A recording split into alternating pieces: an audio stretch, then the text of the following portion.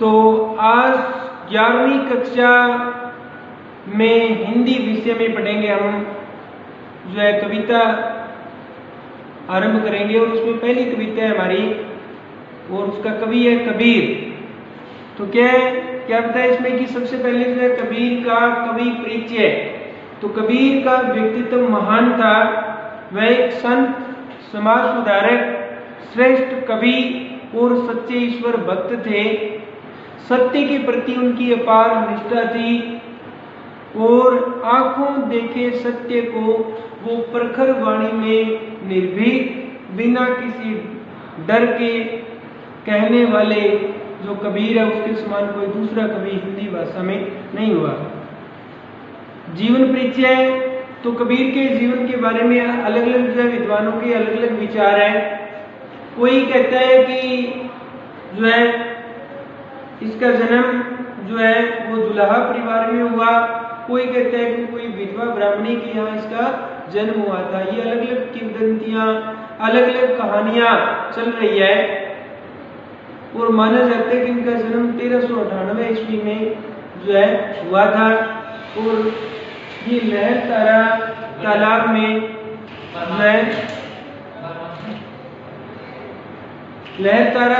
में जो है मिले थे और वहां पर नीरू और नीमा नामक जो है दुल्हा दंपति ने इनका पालन पोषण किया था और कहा जाता है कि इनकी शादी भी हुई थी और जो है इनकी पत्नी का नाम जो है वो लोई था और इनके एक पुत्र था जिनका नाम कमाल और पुत्री का नाम कमाली था। कई लोग कहते हैं इसकी शादी नहीं हुई थी। इस पे अलग अलग विचारधारा है। और इसके बाद में इन्होंने 1518 ईस्वी में यानी इनकी आयु 120 वर्ष थी। जन्म 1398 और मृत्यु 1518 यानी 120 वर्ष इनकी आयु थी और जो है इन्होंने मगहर में जाकर के प्राण त्यागे। इसके पीछे भी एक विचार था। लोग कहते थे कि जो काशी में मरता है वो स्वर्ग में जाता है और जो मगहर में मरता है वो नरक में जाता है। तब जो है ये जानबूझ करके अंतिम समय में मगहर चले गए और लोगों का ऐसा भ्रम तोड़ा कि देखो मैं मगहर में जाता हूँ और मुझे जो है कौन नरक में लेकर के जाएगा। तो बड़ा महान कवि था। इसके साथ साथ जो साहित्यिक परिचय में क्या है कि ये निर्गुण भक्ति काव्य धारा का कवि था। निर्गुण भक्ति की दो शाखाएं होती है, ज्ञान मार्गी शाखा और प्रेम मार्गी शाखा। तो ये ज्ञान मार्गी अर्थात ज्ञान की बातें करते थे और जो है स्वयं ये लिखते हैं कि मसी कागज छुओ नहीं, कलम गई नहीं हाथ की। मैंने कभी कलम को हाथ नहीं लगाया और मैंने कागज को छुआ तक भी नहीं। और जो है इन्होंने इधर उधर जो है देशाटन से, सत्संग से ज्ञान प्राप्त किया। जहाँ भी गए वहाँ की भाषा को अपनाया, अर्थात इनकी भाषा में जो अनेक प्रांतों के शब्द जो मिलते हैं और इनकी भाषा को पंचमेल खिचड़ी या सदुकड़ी भाषा के नाम से जाना जाता है।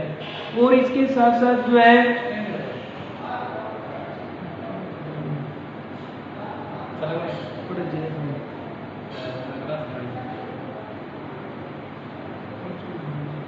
तो इसके साथ साथ जो है सदुकड़ी भाषा उसकी मानी जाती है। और दो प्रकार की प्रवृत्तियां हैं कबीर के अंदर। एक तो गुरु महिमा यानी गुरु की वो बढ़ाई करते हैं और दूसरी उनकी जो प्रवृत्ति है वो है जो है परमात्मा की भक्ति। तो कबीर के अनुसार जो है गुरु की प्राप्ति जो है ईश्वर की जो प्राप्ति है वो गुरु की महिमा के द्वारा इसमें प्रकट हो सकती है। और कबीर के ईश्वर निराकार स्वरूप के उपासक हैं। अब बात आती है उसकी रचनाएं। तो तीन जो रचनाएं उनकी रचनाएं जो है एक ही मानी जाती है, बीजक। और बीजक में तीन चीजें जो है हमें देखने को मिलती है, साखी, शबद और रमेनी। तो साखी इनकी रचना दोहा छंद में हुई है। इसमें कबीर के सिद्धांतों का वर्णन है। दूसरा शबद, तो शबद की रचना जो है गेय पदों में हुई है। गेय पदों का मतलब इसको गाया जा सकता है। और जो है तीसरा है रमेनी। तो इसके लिए कबीर ने चौपाई छंद को अपनाया। छंद जो है चौपाई छंद को अपनाया। इसमें कबीर के रहस्यवाद और दार्शनिकता की व्यंजना हुई है। तो ये था कबीर का परिचय। एक जो है आज एक ही दोहा हम उसका जो है वो करेंगे। सबसे पहले है हमें तो एक एक करी जाना। क्या बोला? हम तो एक एक करी जाना, दो बार एक आए हैं, दोनों बार अर्थ अलग अलग है और इस कारण से यहाँ पर इसका अलंकार बन रहा है, यमक अलंकार बन रहा है। पहले एक का मतलब है परमात्मा, पहले एक का मतलब है एक और दूसरे एक का मतलब परमात्मा। सॉरी, ये कहते हैं कि हम तो एक एक करी जाना, कहता है हमने तो उस परमात्मा को केवल एक ही माना है, उसको अलग अलग नहीं माना। कोई उसको जो है कुछ मान रहा है, मुस्लिम उसको कुछ मान रहा है। और उस समय कबीर के समय जो है सिख धर्म शायद जो ऐसा प्रचलन में नहीं था, हिंदू मुस्लिम दोनों का बड़ा विवाद चल रहा था, तो दोनों को इसने जो है, और सबसे बड़ी बात है इसके अंदर समन्वय की बात है, हिंदू मुस्लिम एकता की बात है। कबीर को जितना जो है हिंदू धर्म में माना जाता है उतना ही मुस्लिम धर्म में भी इसको माना जाता है। तो ये आदमी जो है क्या कहते हैं कि हम तो ईश्वर को मैं तो एक ही मानता हूँ, वो दो नहीं है। कहता है दो ही कहे तिनकी को दोजक, दो ही का मतलब दो कहने वाले, और दोजक का मतलब नरक में जाएंगे। कहता है जो दो कहेंगे, जो उनको अलग अलग मानते हैं धर्म को, या जाति या धर्म के आधार पे बांटते हैं, वो ऐसे लोग दोजक में जाएंगे, नरक में जाएंगे। कहता है जिन नाहिन पहचाना, कहते हैं जिसने नहीं पहचाना वो नरक में जाएंगे। एक के पवन एक ही पानी एक के ज्योति समाना, तो कहता है सब जो है एक ही पवन है, एक ही पानी, और सबने एक ही ज्योति अर्थात उसी परमात्मा के स्वरूप में समा जाना है।